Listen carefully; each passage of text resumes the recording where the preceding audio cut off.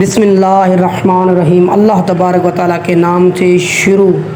کرتا ہوں جو بڑا مہربان نہایت رحم والا ہے۔ اسلام کے ہر دور میں مسلمانوں پر طرح طرح کے ظلم و ستم کیے گئے اور مسلمانوں کو اللہ تبارک و تعالیٰ کی ذات اور ایمان سے دور کرنے کی ناکام کوششیں کی گئی، لیکن جو سچا مسلمان ہوتا ہے وہ اپنا سب کچھ تو لٹا دیتا ہے لیکن وہ اپنے سچے رب کو کبھی نہیں چھوڑتا۔ اس مسلمان کا سب کچھ اس کا حقیقی مالک اللہ جل ہوتا ہے۔ یہی وجہ ہے کہ اللہ تبارک و تعالیٰ اپنے بندے سے 70 ماؤں سے بھی زیادہ پیار کرتا ہے۔ ایسا ہی ایک ایمان افروز واقعہ آج کی اس ویڈیو میں ہم آپ کو بتائیں گے پیارے دوستو، کس طرح ایک خاتون نے اپنا سب کچھ اپنے سچے رب پر قربان کر دیا۔ پیارے دوستو، ایمان افروز واقعہ فرعون کی بیوی کا ہے۔ آج کی اس ویڈیو میں ہم آپ کو بتائیں گے کہ دنیا کے سب سے بڑے جابر و ظالم جو کہ خدائی کا دعویٰ کرنے والا، اس کے باوجود بھی اس کی بیوی کس طرح اللہ تبارک و تعالیٰ کی وحدانیت پر ایمان لے آئی اور ان کا ایمان لینے کا سبب کیا بنا۔ جب فرعون کو اپنی بیوی کے ایمان لانے کی خبر ملی تو اس بدبخت نے اس نیک خاتون پر کون سے ظلم و ستم کے پہاڑ ڈھائے، اور فرعون کی بیوی کون تھی اور کس کی اولاد میں سے تھی۔ پہلے دوستو، اس قابل رخص قربانی کے بعد اللہ تبارک و تعالیٰ نے اس نیک خاتون کو کس قدر مقام و مرتبہ عطا فرمایا۔ پیارے دوستو، فرعون کی بیوی جن کا نام آسیہ رضی اللہ تعالیٰ عنہ تھا، یہ بادشاہ مصر ریان بن ولید کی اولاد میں سے تھی، اور یہ ریان بن ولید وہی بادشاہ تھا جو حضرت یوسف علیہ السلام کے دور میں مصر میں تھا، اور یہ خوش نصیب بادشاہ حضرت یوسف علیہ السلام پر ایمان لے آیا تھا۔ فرعون کی بیوی حضرت عائشہ رضی اللہ تعالیٰ عنہ حسین و جمیل خاتون تھی، کیونکہ یہ خاتون بادشاہ کی اولاد میں سے تھی، اسی وجہ سے اس کے پاس مال و دولت کی کوئی کمی نہیں تھی۔ اس وجہ سے ہر وقت خادمہ ان کے آگے پیچھے رہا کرتی تھی۔ یہ پاک دامن خاتون فرعون کو ناپسند کرتی تھی، لیکن فرعون چنانچہ اس وقت مصر کا بادشاہ تھا، اس وجہ سے فرعون نے اس خوبصورت عورت کو خوبصورتی کو دیکھ کر ہی زبردستی اس سے نکاح کر لیا، جبکہ حضرت آسیہ رضی اللہ تعالیٰ عنہ اور ان کے والدین اس نکاح سے خوش نہیں تھے، لیکن انہوں نے حالات کی مجبوری کی وجہ سے حضرت آسیہ رضی اللہ تعالیٰ عنہ کا نکاح فرعون سے کر دیا تھا۔ پہلے دوستو، فرعون کو حکومت و سلطنت و مال و دولت کی کثیر طاقت نے نشے سے حد سے زیادہ مغرور کر دیا تھا۔ اس طرح اس بدبخت کافر نے ہزاروں بنی اسرائیل کے لوگوں کو اپنا غلام بنا رکھا ہوا تھا اور ان پر طرح طرح کے ظلم کرتا تھا۔ چنانچہ اس بدبخت نے خدائی کا دعویٰ کر رکھا تھا، اس لیے وہ تمام مسلمان کو اپنا غلام تصور کرتا تھا اور ان معصوم لوگوں کے ساتھ جانوروں جیسا سلوک کرتا تھا۔ چنانچہ وقت یوں ہی تیز رفتار کے ساتھ چلتا رہا، سال مہینوں میں اور مہینے ہفتوں میں اور ہفتے دنوں میں تبدیل ہو کر گزرتے چلے گئے، اور پھر وہ وقت بھی آ گیا کہ اللہ تبارک و تعالیٰ نے پیارے نبی حضرت موسیٰ علیہ السلام اور حضرت ہارون علیہ السلام کو اس دنیا کے اندر تشریف لائے، اور مصر کی سرزمین لا الہ الا اللہ محمد رسول اللہ کی صداؤں سے گونج اٹھی۔ اللہ تبارک و تعالیٰ نے حضرت موسیٰ علیہ السلام اور حضرت ہارون علیہ السلام کو فرعون کی طرف اور ان کے قوم کی طرف دعوت حق دینے کے لیے اور ہدایت کی طرف بلانے کے لیے باعث فرمایا تھا۔ اللہ تعالیٰ نے ان پیغمبروں نے اسرائیل کے لوگوں کو اللہ تبارک و تعالیٰ کا مطالعہ کی وحدانیت کی طرف بلایا اور لوگوں کو باطل معبود کی پوجا کرنے سے منع کیا۔ حضرت موسیٰ علیہ السلام نے فرعون کو طرح طرح کے معجزات دکھا کر، لیکن اس کے باوجود بھی یہ لوگ کفر اور سرکشی کے آڑے رہے اور اللہ تبارک و تعالیٰ کی وہ وحدانیت کو تسلیم نہ کر پائے اور انکار کرتے رہے۔ اس کے باوجود بھی حضرت موسیٰ علیہ السلام بنی اسرائیل کی بدبخت لوگوں کو دعوت حق دیتے رہے، جب پھر وہ حضرت موسیٰ علیہ السلام کی اس تبلیغ سے تنگ آ گئے تو فرعون نے یہ خیال کیا کیوں نہ کہ موسیٰ علیہ السلام کو لوگوں کے سامنے جھوٹا ثابت کیا جائے۔ چنانچہ پھر حضرت موسیٰ علیہ السلام کو جھوٹا ثابت کرنے کے لیے ایک خاص دن مقرر کیا گیا، جس دن مصر کے اندر بہت بڑا میلہ لگایا جاتا تھا، اور جس میلے کے اندر کثیر تعداد سے لوگ جمع ہوتے تھے۔ چنانچہ فرعون نے مصر کے تمام بڑے بڑے جادوگر کو بلایا اور حضرت موسیٰ علیہ السلام کو جھوٹا ثابت کرنے کا کہا۔ چنانچہ جب وہ میلے کا دن آیا تو ایک وسیع اور عریض میدان سجایا گیا، اور ادھر فرعون اپنے فرعونیت کے نشے میں مخمور ہو کر اپنے عالی شان تخت پر جا کر بیٹھا، اور سلطنت کو کونے کونے سے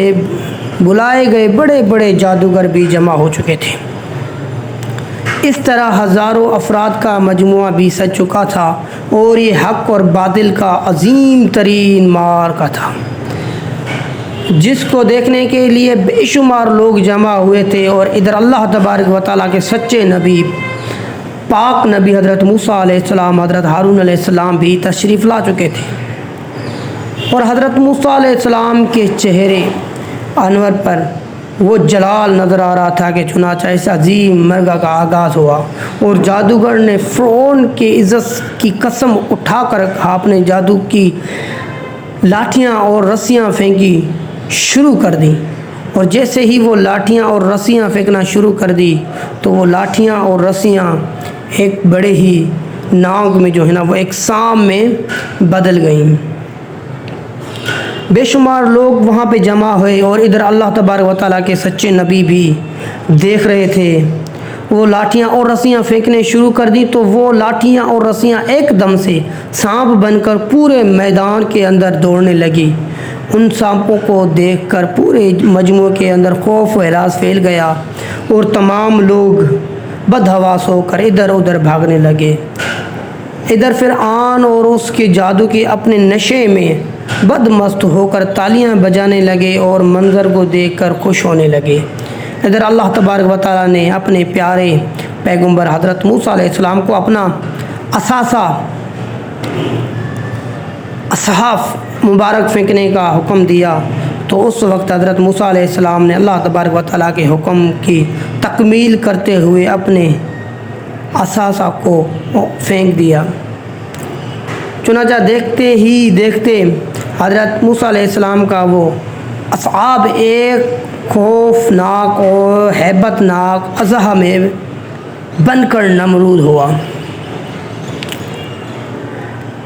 جس نے جادوگر کی تمام چھوٹے چھوٹے سانپوں کو نگل لیا۔ حق اور باطل کا یہ عظیم والی شان موضوع دیکھ کر